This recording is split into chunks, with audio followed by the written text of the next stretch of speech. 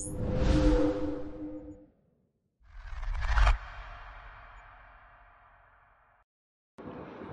Friends, welcome to my channel explore billions.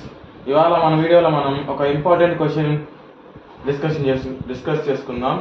డరైవ్ the relationship between line and phase quantities of voltage and current in balanced star connected loads.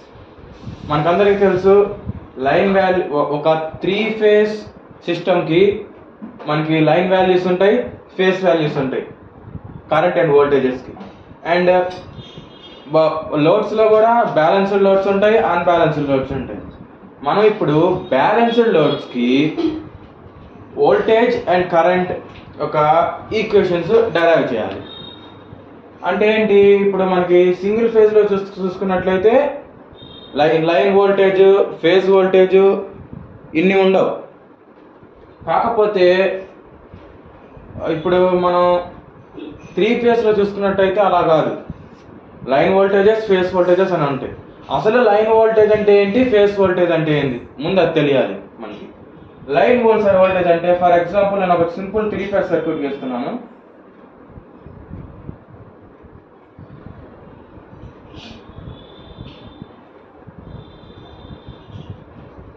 ఇది 3 phase generator అనుకుంటే,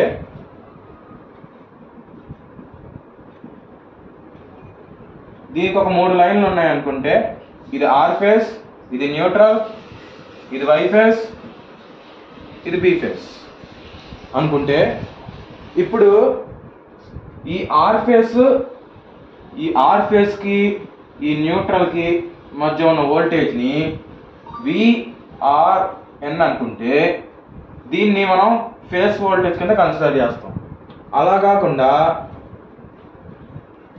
ఒక 2 లైన్లకు మధ్య కనుక voltage ఉంటే దానిని విఆర్వై, ఇది మనకి లైన్ వోల్టేజ్ అవుతుంది. ఏం లేదు, సింపుల్. ఆర్వైబి అనేవి 3 లైన్లు.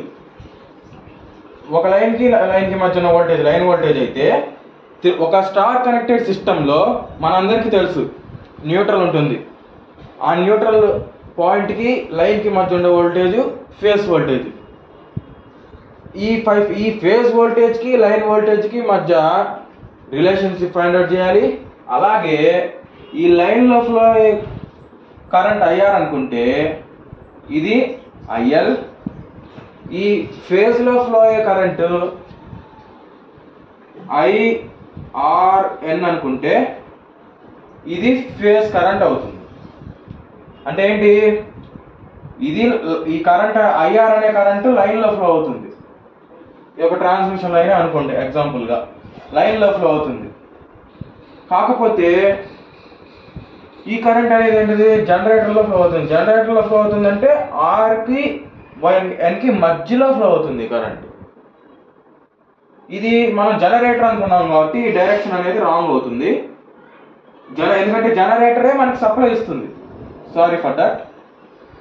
అదే మనం మోటార్ అనుకున్నాం అనుకో, నేను గీసిన డైరెక్షన్ అనేది కరెక్ట్. ఎందుకంటే మోటార్ సప్లై తీసుకుంటుంది. ఇప్పుడు నేను జనరేటర్ 3 ఫేజ్ జనరేటర్ లాగా గీసాను కాబట్టి మనకి ఇక్కడ సప్లై ఇస్తుంది. ఈ జనరేటర్లో ఏదైతే సప్లై వస్తుందో అదే సప్లై లోడ్కి వెళ్తుంది.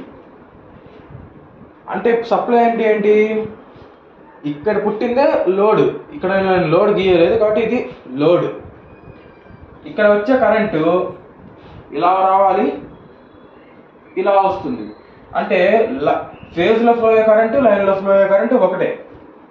నెక్స్ట్ ఇక్కడ మీరు గమనిస్తే line voltage, phase voltage, line voltage రెండు ఈక్వల్ కాదు. మళ్ళీ ఫేజ్ వోల్టేజ్ ఏమో మ్యాగ్నిట్యూడ్, ఇక్కడ మనం లైన్స్లో చూపిస్తున్నాం కాబట్టి మ్యాగ్నిట్యూడ్ ఒరిజినల్గా కూడా ఇంతే ఉంటుంది. ఫర్ ఎగ్జాంపుల్ ఇది ఒక 400 ఉంటే లైన్ వోల్టేజ్, ఫేజ్ వోల్టేజ్ అనేది 230 వోల్ట్సే ఉంటుంది. అంత డిఫరెన్స్ ఉంటుంది, ఒక 170-180 వోల్ట్స్ డిఫరెన్స్. ఎగ్జాంపుల్ చెప్పాను నేను, దీనికంటే తక్కువే ఉంటుంది. కాబట్టి ఇదేంటిది, ఒక స్టార్ కనెక్షన్లో డెల్టాలో మరీ వేరుగా ఉంటుంది. ఒక స్టార్ కనెక్షన్లో మాత్రమే ఈ రిలేషన్. ఐఎల్ అనేది ఐ ఫేజ్కి ఈక్వల్ అవుతుంది. అలాగే విఎల్ అనేది √3 బి ఫేజ్కి ఈక్వల్ అవుతుంది. ఈ మనం డెరైవ్ చేయాల్సినవి. ఈ డెరివేషన్స్ ఇవన్నీ మనం నెక్స్ట్ వీడియోలో తెలుసుకుందాం. ఈ ఇంట్రడక్షన్ పార్ట్ మీకు నచ్చినట్లయితే నా explanation, please do like, share and subscribe to our channel explore billions. Thank you. మిమ్మల్ని నెక్స్ట్ పార్ట్ వీడియోలో కలుస్తాను. Until then bye by.